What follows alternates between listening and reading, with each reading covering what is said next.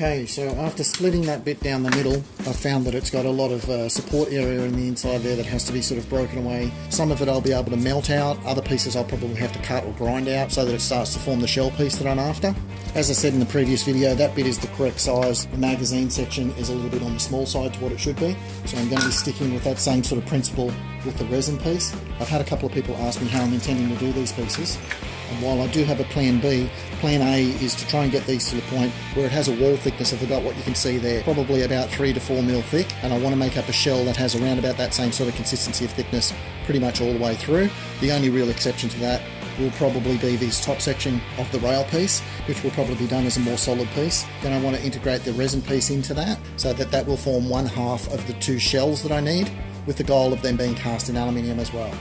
I've got that forward section assembled there now. I've had to make up some extra brackets and stuff. Just to give you a bit of an idea, I've taped those other pieces in place there just with a bit of electrician's tape so they sit in place on roughly where they're going to sit once I introduce those cast parts into it.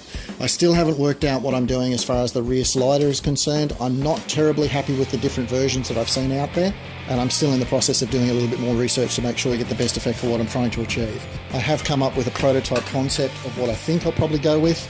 I like the idea of the slots being done a lot more like the original was done, and whilst I said in the last video I was going to go with a central line with a couple of hole positions, I'm still not 100% happy with that look, so I've been playing around with a couple of different ideas.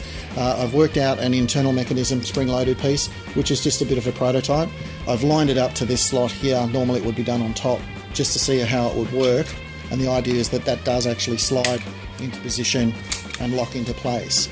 I kind of like the idea of that sort of mechanism being on top, that way I can keep the individual slots. I'm just a little bit worried about the physical size of it in terms of the fit on top there. There has to be enough room obviously to sort of push it with your thumb to activate the mechanism, but I've yet to find any original information on how they did the original one in the first place. I've seen a number of different versions where they've done similar sort of things with the airsoft version, and there's another licensed one that I can't think of the name at the moment that uses a push button system similar to what I was going to go with. But if there's anybody out there who knows how they actually did it on the original prop, I'd love some information and feedback on how they did it originally. At the moment all the screws and stuff that you can see in there is all temporary, and because they're all sort of poking through every which way, I haven't been able to put that insert in there.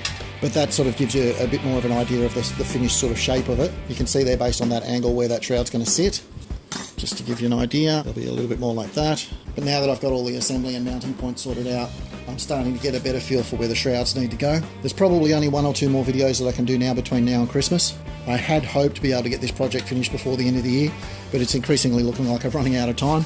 But hopefully within the next couple of videos I should be definitely getting onto the casting of some bits and pieces. So anyway guys, that's the update for this time. Thanks for watching. Talk to you next time.